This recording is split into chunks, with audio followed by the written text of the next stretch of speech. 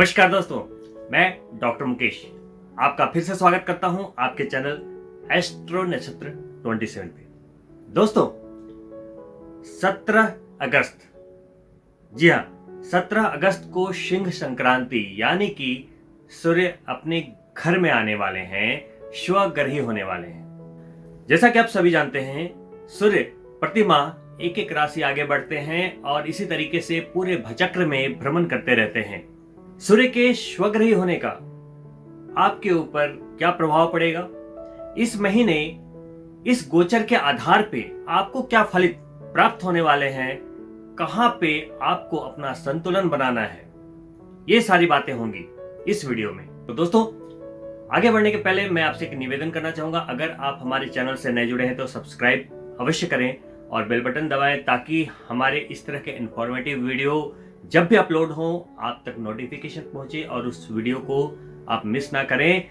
साथ ही अगर आपको ये वीडियो पसंद आए अंत में तो आप इसे लाइक करें और अपने मित्रों के लिए शेयर भी अवश्य करें। तो चलिए आगे बढ़ते हैं। तो हम जब भी किसी नए कार्य का शुभारंभ करते हैं तो पंच देवताओं की पूजा की जाती है, चाहे वो विवाह हो, चाहे वो मुंडन हो, चाहे वो नामकरण हो, घर हो, गाड़ी हो, कुछ भी हो, व्यापार का प्रारंभ हो, नौकरी का प्रारंभ हो, दैनिक पूजा हो, हर जगह जो शुरुआत होती है पंचदेवों की पूजा से होती है, जिसमें श्री गणेश से प्रारंभ करते हुए भगवान शिव, माता दुर्गा, विष्णु और सूर्य देवता की पूजा से ही किसी भी कार्य का प्रारंभ होता है। सूर्य से ही सारे ग्रहों का अस्तित्व है और सूर्य की प्रबल शुभता के बिना किसी भी ग्रह की शुभता या मंगल कामना, किसी भी तरीके की मंगल कामना जीवन में करना एक मिथ्या है। तो दोस्तों सूर्य अगर बलि है आपकी जन्म पत्रिका में, आप कैसे पहचानेंगे कि आपका सूर्य बलि है कि नहीं, मैं आपको बताता हूं। दोस्तों अगर आप किसी व्यक्ति को देखते हैं, उसके चेहरे पे तेज दिखता है, कॉन्फिडेंस दिखता है, आत्मबल है, ऊर्जा है, यश है, मान है, प्रतिष्ठा है, आप समझ जाइए कि उसका सूर्य बलि है। उसे अपनी प्रतिष्ठा का गुणगान नहीं करना पड़ता, उसके पीठ पीछे लोग उसकी प्रतिष्ठा का गुणगान करते हैं। वाकई में सूर्य उसी का बलि है, उसी का बलि है। कुछ लोग ऐसे होते हैं जिनका सूर्य निर्बली होता है, चेहरे पे कोई तेज नहीं, कोई रौनक नहीं होता, क्रीम पाउडर का इस्तेमाल करना पड़ता है, शरीर में कोई ऊर्जा नहीं होती, लेथार्जिक होते हैं, बिल्कुल आलस्य से शरीर भरा रहता है, आत्मविश्वास नहीं होता, मान सम्मान प्रतिष्ठा की कमी होती है, जिसके कारण वो झूठ बोलते हैं। जी मेरे पास तो 15 लाख है, मैं ये ले लूंगा, मेरे पास तो 50 लाख है, मैं ये ले लूंगा, मैं बहुत अमीर हूं जी, मेरे पास तो ये गाड़ी है, ये बंगला है, ये घर है। यानी कि उस व्यक्ति को अपनी प्रतिष्ठा का गुणगान अपने मुंह से करना पड़ रहा है। क्यों? क्योंकि वो अंदर से कमजोर है। वो जानता है कि मैं कमजोर हूं, बोलूंगा तभी तो मेरी प्रतिष्ठा बढ़ेगी। लेकिन वाकई में जिसका सूर्य बलि होता है, देखिए राजनेता है, देखिए फिल्म स्टार हैं जो पॉपुलर हैं, उन्हें किसी के सामने गिड़गिड़ाना नहीं पड़ता। बड़े बड़े स्टार आकर ये नहीं बोलते कि मेरे पास घर है, गाड़ी है, उसके पीछे मीडिया पड़ी रहती है, वो बताती है कि जी उसके पास इतने घर हैं, इतनी गाड़ियां, इतना बैंक बैलेंस है। प्रतिष्ठा वो होती है। अपने मुंह या मिट्ठू बनने वाले प्रतिष्ठित नहीं कहलाते, प्रतिष्ठित नहीं कहलाते। मिस कमिटमेंट करने वाले क्या होते हैं आप खुद समझ लीजिए। तो वैसे लोगों का मैं सूर्य का अंतर बता रहा हूं आपकी भाषा में कि आप कैसे पहचाने। अगर आपको अपनी प्रतिष्ठा का गुणगान करना पड़ रहा है, झूठा बखान करना पड़ रहा है, यानी कि कमी है। तो यहां पे अगर कमी हुई, अगर आपको ये करना पड़ रहा है अपनी प्रतिष्ठा को, गौरव को बढ़ाने के लिए, यश को बढ़ाने के लिए, तो मानकर चलिए कि आपके सारे ग्रह खराब होंगे। शनि उच्च का हो, चंद्रमा उच्च का हो, बुध उच्च का हो, गुरु उच्च का हो, मंगल उच्च का हो, राहु केतु सब उच्च के हो, सब जीरो होंगे यदि सूर्य में बल नहीं। तो आइए बात करते हैं तुला राशि के जातकों के लिए सूर्य का एक गोचर 17 अगस्त से लेकर 16 सितंबर तक क्या देकर जाने वाला है। दोस्तों गोचरीय सिद्धांत के अनुसार जन्म चंद्रमा से, यानी कि अगर आप तुला राशि के हैं तो आपका जन्म चंद्रमा है तुला यानी कि 7 नंबर। तो जन्म चंद्रमा से अगर सूर्य का गोचर तीसरे भाव में, छठे भाव में, 10वें भाव में यानी कर्म के भाव में और 11वें भाव में यानी कि लाभ के भाव में यदि होता है तो शास्त्रों के अनुसार वो शुभ फलदायी होता है। इसके साथ ही कोई भी गोचर हो, गोचर के सिद्धांत के अनुसार एक मूर्ति निर्णय बताया गया है।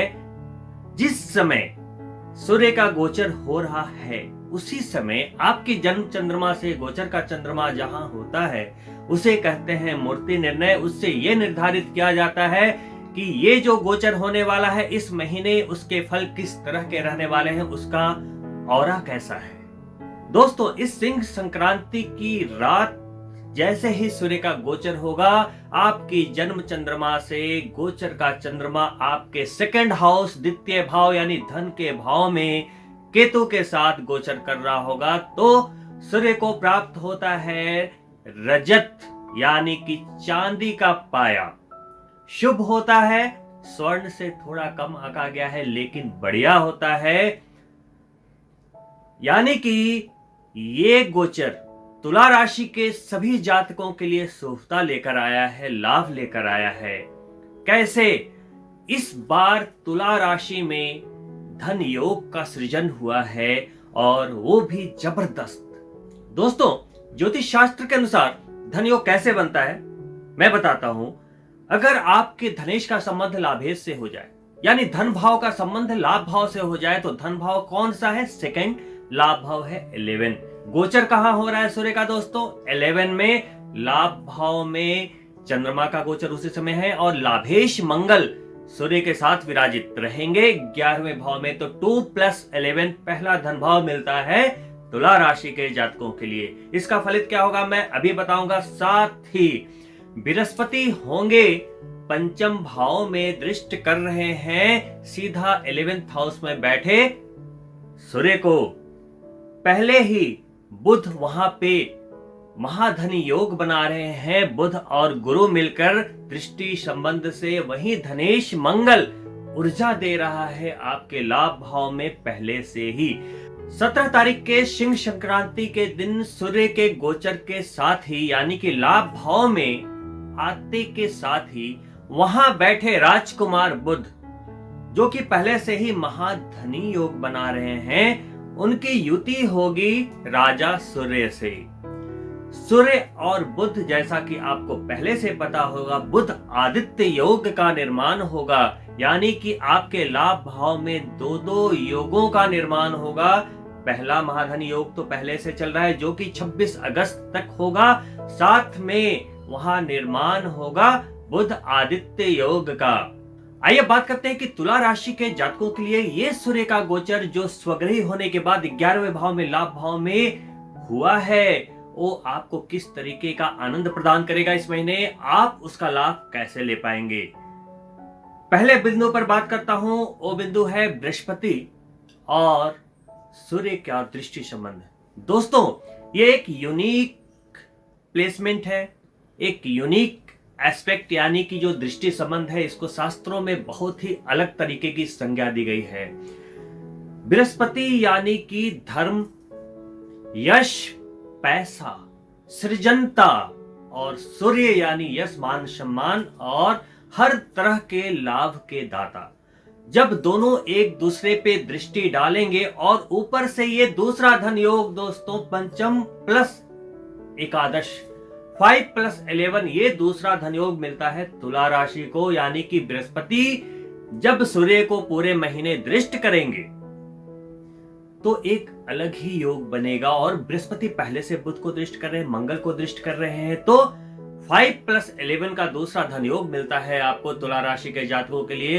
ये योग बहुत प्रबल है दोस्तों।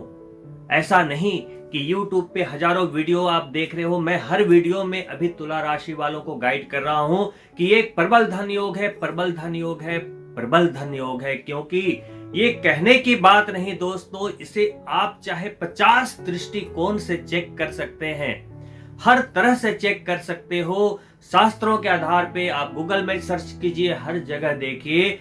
ऐसा वक्त तुला राशि में अनेकों वर्षों के बाद आया है, ये एक सच्चाई है। इसका लाभ लेना आपका कर्तव्य है। अगर आप जिंदगी में आगे बढ़ना चाहते हैं, पैसे कमाना चाहते हैं, मान यश प्रतिष्ठा कमाना चाहते हैं, तो इस वक्त का फायदा आपको लेना चाहिए। बाकी तो आपकी मर्जी है, कर्म आपके होंगे, फल भी आपको मिलना है। मैं तो बस आपका मार्गदर्शक हूं। दोस्तों, एक बड़ा यूनिक मैटर है।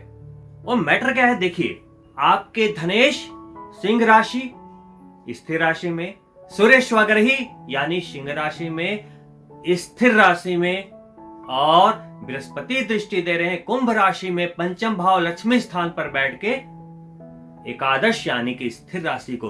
तो लक्ष्मी आएगी, स्थिर लक्ष्मी आएगी, जो दीपावली के दिन आप प्रदोष काल में पूजन करके बुलाते हैं माता को कि माता आप मेरे घर में वास करो। तो ये वही टाइम है कि आप जब कोई भी काम करते हैं तो देखते कि स्थिर मुहूर्त हो, यानी कि कोई भी व्यवसाय जब आप प्रारंभ करते हो तो आप देखते हो स्थिर लगन में करना है जी, स्थिर मुहूर्त में करना है। दीपावली में पूजन स्थिर मुहूर्त में करना है कि लक्ष्मी स्थिर रहे, क्योंकि लक्ष्मी चंचला है, लक्ष्मी स्थिर रहे। तो ये गोचर आपको क्या कह रहा है? फायर एलिमेंट एनर्जी है जबरदस्त, और साथ में क्या है? स्थिर राशि का गोचर। यानी कि अगर आपने प्रयास कर दिया, अगर आपने शुभारंभ कर दिया भगवान सूर्य का नाम लेकर इस महीने, तो महाधन योग प्लस ये बुधादित्य योग प्लस ये धन योग, दो तरफा धन योग आपको मालामाल बना देगा। कब बनाएगा? जब आप कर्म करोगे।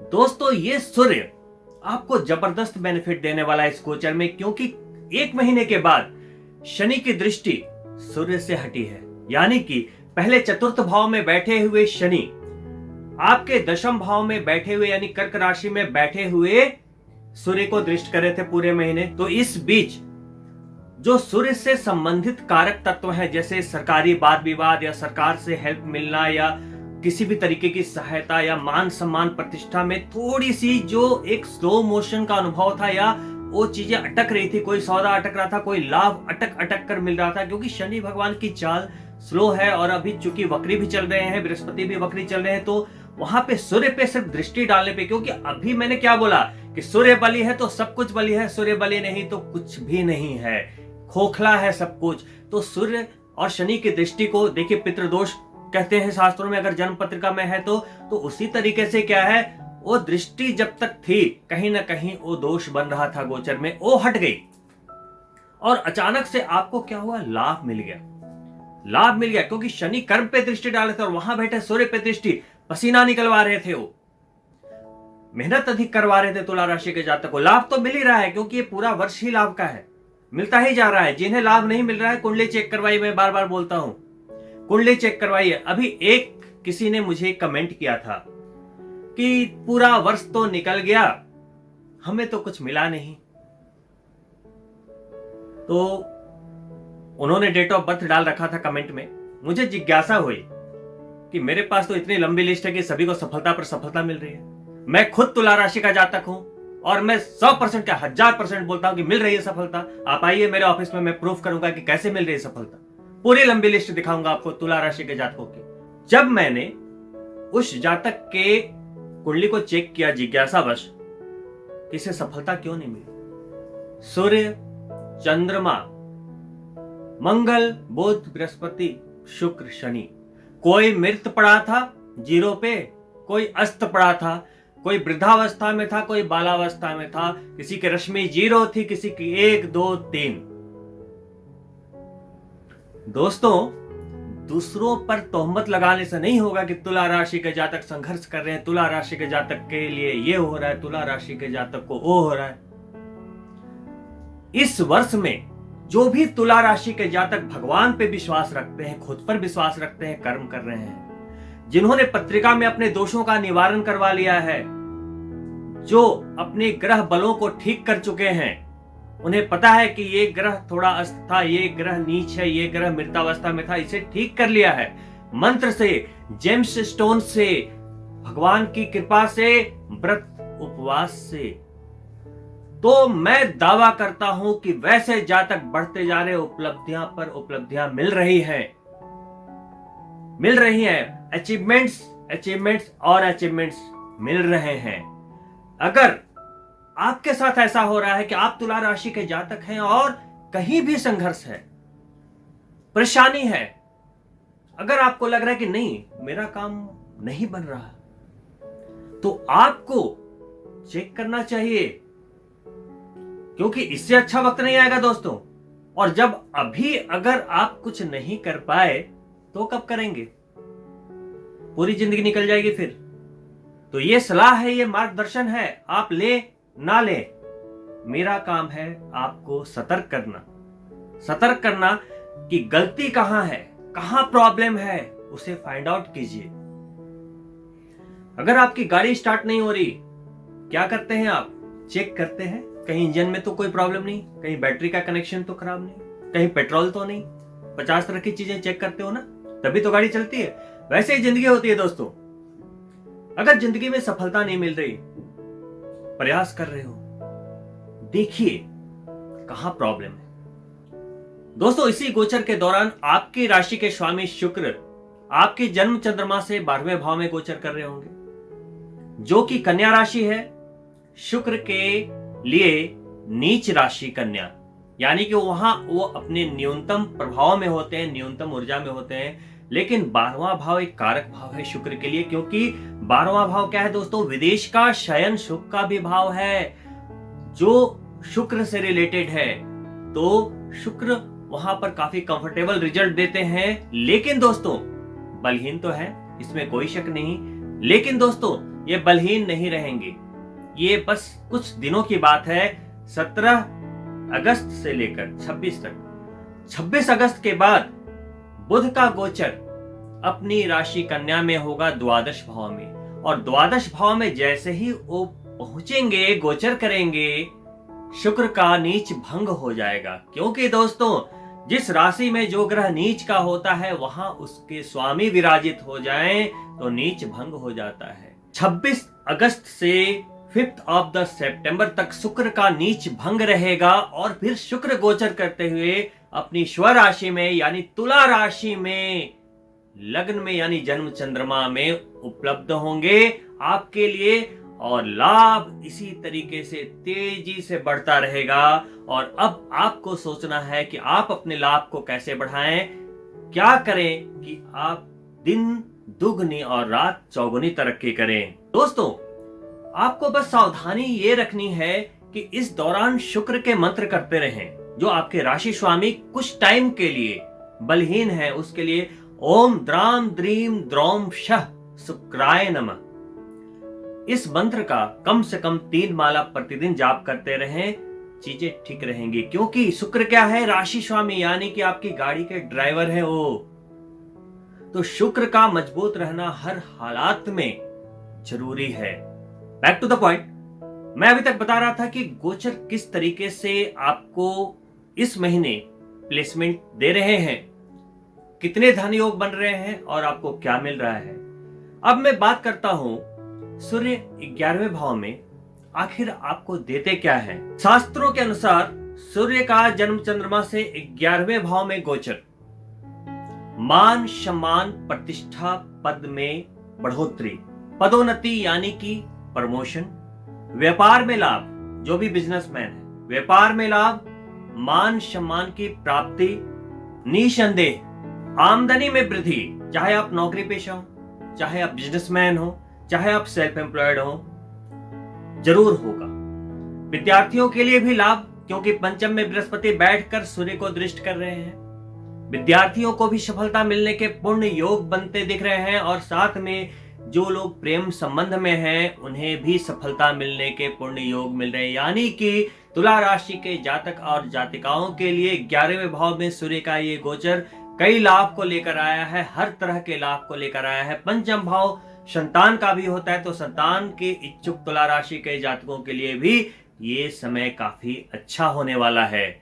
धन कमाने के लिए इच्छुक तुला राशि के सभी जातकों के लिए ये समय बहुत ही अच्छा होने वाला है। इसमें संदेह की पॉइंट में भी गुंजाइश नहीं दिख रही है। दोस्तों तुला राशि के जातक सूर्य के इस एक महीने के गोचर पे ध्यान काफी कम दे पाते हैं। उनका पूरा का पूरा ध्यान शनि के ऊपर रहता है, क्योंकि तुला राशि में संघर्षों की मात्रा अधिक रहती है।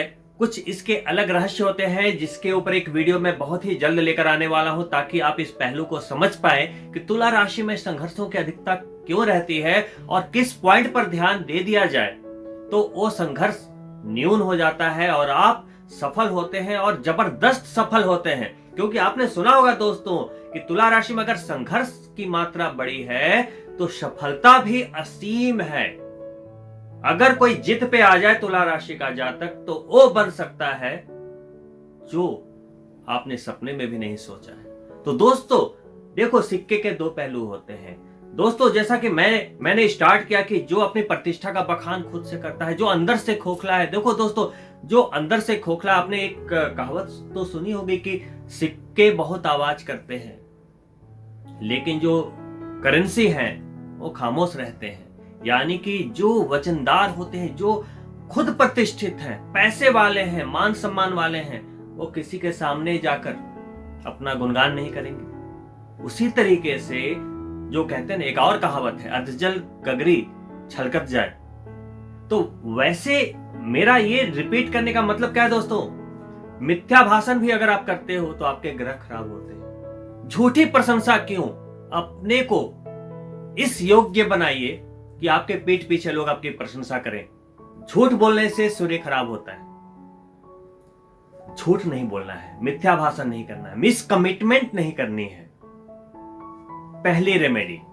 दूसरी रेमेडी क्या है दोस्तों, गायत्री मंत्र, महामंत्र गायत्री। ओम भूर्भुवस्सुः तत्सवितुर्वरेण्यं भर्गो देवस्य धीमहि धियो यो नः प्रचोदयात्। सूर्य को मजबूत करने के लिए इससे बढ़िया मंत्र कोई नहीं। मंत्रों में मंत्र महामंत्र की संज्ञा दी गई है। अगर इस गायत्री मंत्र के 24,000 मंत्रों का अगर आप संकल्प लें और जल्द से जल्द इन मंत्रों को आप जाप कर लें, पूरा कर लें, तो मजा ना आ जाए तो फिर कहना। एक सावधानी और, सितंबर का महीना है और अभी तो 11वें भाव में सूर्य का गोचर हुआ है, यानी कि सिंह राशि में, जो सूर्य की मूल त्रिकोण राशि है। यहां पर बड़े अच्छे फल देते हैं, यहां तक कि मेष से भी बढ़िया फल देते हैं। मेष में वो उच्च के होते हैं, लेकिन जब वो उच्च के होते हैं तो मंगल की भी पोजीशन, राशि स्वामी की भी पोजीशन पे चीजें निर्भर करती है। लेकिन यहां तो स्वग्रह ही है, अपने प्रभाव में, अपने घर में है। अगर आप अपने घर में हैं तो कैसा महसूस करते हैं, जबरदस्त रिजल्ट की क्षमता बहुत बढ़िया है, क्वालिटी है, क्वालिटी उनका रिजल्ट देने की क्षमता। सूर्य तो खुद ही एक क्वालिटी है, लेकिन फिर भी अन्य भावों से, अन्य राशियों से बहुत बढ़िया क्वालिटी है। ऊपर से बृहस्पति की दृष्टि, मंगल साथ में विराजित, राजकुमार बुध साथ में बैठे हुए, तो अभी कहना ही क्या दोस्तों। अगर अभी सूर्य को ठीक कर लिया, अभी उन जातकों के लिए मैं बात कर रहा हूं जिनकी कुंडली में सूर्य नीच का है। अगर सूर्य नीच का है तो क्या होगा, सरकारी नौकरी होने में समस्या, बहुत समस्या, और मान सम्मान के लिए गिड़गिड़ाना पड़ता है। वो ये नहीं समझते कि एक सूर्य प्रधान कुंडली होती है, एक शनि प्रधान कुंडली होती है, और तुला राशि में शनि उच्च के होते हैं, सूर्य क्या होते हैं दोस्तों, नीच के होते हैं। तो आपको किस पर ध्यान देना है दोस्तों, सूर्य पे ध्यान देना है। सूर्य मजबूत नहीं होगा तो स्ट्रगल तो होगा। चलिए इसके बारे में मैं अगले वीडियो में बात करूंगा, लेकिन इस बात का ध्यान रखना है आपको दोस्तों, सुबह उठकर सूर्य को जल दें। पहले के राजा महाराजा आप देखते थे सूर्य नमस्कार करते थे। ऋषि मुनियों को देखिए, ब्रह्म मुहूर्त में उठते थे, सूर्योदय के पहले उठ जाना, बिस्तर का त्याग कर देना पहली शर्त है सूर्य की शुभता के लिए। साथ में आपको क्या करना है, गायत्री मंत्र करना है और सूर्य को जल देना ना भूलें। खास करके अगर आप किसी भी संक्रांति को, जब सूर्य का गोचर होता है, देखो दोस्तों 12 महीनों में 12 संक्रांति होती है। संक्रांति का मतलब क्या हुआ, जैसे जनवरी में मकर संक्रांति, यानी कि सूर्य मकर में जाते हैं। अभी क्या है दोस्तों, 17 अगस्त, यानी कि अभी सिंह राशि में जा रहे हैं, तो यह है सिंह संक्रांति। तो किसी भी संक्रांति पर अगर आप सूर्य के लिए हवन कर देते हैं गायत्री मंत्रों से, तो सूर्य को बहुत अच्छी शुभता मिलती है। और किसी भी संक्रांति पर किसी भी पवित्र तीर्थ स्थल में स्नान करना, गंगा नदी में स्नान करना, दान करना, ये एक सामान्य बातें हैं जो कि हर कोई जानता है। इसे करना चाहिए, शुभता मिलती है। ज्योतिष शास्त्र में एक बात कही गई है, मान लो आपके पास कुंडली नहीं है, फॉर एग्जाम्पल मान लो आपके पास कुंडली नहीं है, आपको पता नहीं कि ग्रहों की स्थितियां क्या है, तो अगर व्यक्ति, कोई भी व्यक्ति सूर्य को और चंद्रमा को मजबूत कर ले, तो उसकी जिंदगी की 60% परेशानियां ऐसे ही समाप्त हो जाती है। मतलब जिंदगी में 60% तो पूरा का पूरा जो बेस है वो है सूर्य और चंद्रमा का, पूरा आधार सूर्य और चंद्रमा। बाकी के 40% में सारे ग्रह। सूर्य भगवान जो हैं व्यक्ति के शरीर, सफलता, यश, वाणी, धन, वैभव, प्रतिष्ठा, मान सम्मान सभी पर असर डालते हैं। इसीलिए सूर्य की मजबूती हमारी सफलता की पहली शर्त है।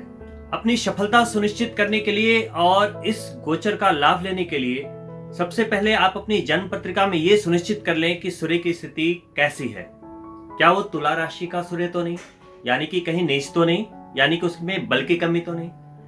दूसरी बात, कुंडली में अगर सूर्य पीड़ित हो रहे हो या कोई दोष बना रहे हो दोस्तों, तो ये 9 के 9 ग्रहों को खराब कर देते हैं। जैसे सूर्य के साथ अगर राहु बैठा है आपकी पत्रिका में, तो इसे कहते हैं ग्रहण दोष।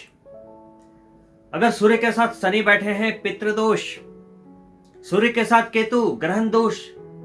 तो इस तरीके का कोई दोष अगर आपकी कुंडली में किसी भी भाव में बन रहा है, किसी भी भाव में अगर बन रहा है, या शनि की दृष्टि सूर्य पे पड़ रही है, या शनि की राशि में सूर्य है, तो इन बातों से, उनके प्रभाव में, उनकी जो गुणवत्ता है, रिजल्ट देने की गुणवत्ता है, उसमें कमी आती है। तो आप अपनी कुंडली अवश्य चेक कराएं कि आपके सूर्य की स्थिति क्या है, क्योंकि हो सकता है आप शनि, राहु, केतु सभी के उपाय करके थक चुके हो सफलता के लिए, और आपके सूर्य में ही प्रॉब्लम हो। किसी भी छोटी से छोटी बात को भी कुंडली में इग्नोर नहीं करना चाहिए। पता नहीं भगवान के किस प्रारब्ध का इशारा है। दोस्तों, हमारी बॉडी में जिस तरीके से कोई भी एक छोटा सा रोग एक बड़े रोग का रूप ले लेता है, या एक छोटा सा कोई भी रोग सारी बॉडी को अफेक्टेड करता है, उसी तरीके से किसी भी ग्रह की कोई भी युति या कोई एक दोष आपकी कुंडली में सारे के सारे ग्रहों के अच्छे फलों को नष्ट कर देता है। तो दोस्तों, सफलता के लिए हमारी एक अवेयरनेस होनी चाहिए कि इस साइंस का फायदा लें, एस्ट्रोलॉजी का फायदा लें, और अपने ग्रहों को, अपने ग्रह बलों को, अपने कुंडली को ठीक करें। लाइफ को सिंपल रखिए। हमारे इस वीडियो में कुछ भी बोलने का सिर्फ एक ही उद्देश्य है, इस मार्गदर्शन का सिर्फ एक उद्देश्य है कि गोचर अच्छा है, आपकी जन्म कुंडली देखनी है कि वो कैसी है। दोनों को आप क्या कीजिए, कनेक्ट कीजिए, दोनों को बढ़िया बना ले। गोचर तो अच्छा है, अपनी जन्म कुंडली में अगर कोई प्रॉब्लम है, कोई न्यूनता है, उसे ठीक कर लीजिए। क्यों नहीं मिलेगी सफलता? और अपने कार्मिक एटीट्यूड को ठीक कर लीजिए, जो आप कर रहे हैं उसे ठीक कर लीजिए, एक सही दिशा में कदम बढ़ाइए। समय अच्छा है, प्लैनेटरी कंजक्शन, ट्रांजिट सब बढ़िया है आपके लिए, तुला राशि के जातकों के लिए। अब आपको क्या करना है, अपनी कुंडली के प्रारब्धों को समझकर उसकी जो न्यूनता है, कमियां हैं, उसे दूर करना है और अपने कार्मिक बैलेंस को बनाना है। अच्छे से प्लानिंग कीजिए, बढ़िया तरीके से उसे एग्जीक्यूट कीजिए, एक्शन लीजिए, सफलता क्यों नहीं मिलेगी। तो दोस्तों, इन्हीं शब्दों के साथ मैं आपसे अनुमति चाहूंगा। बहुत ही जल्द दूसरे गोचर के फलित के साथ मिलता हूं। तब तक के लिए नमस्कार।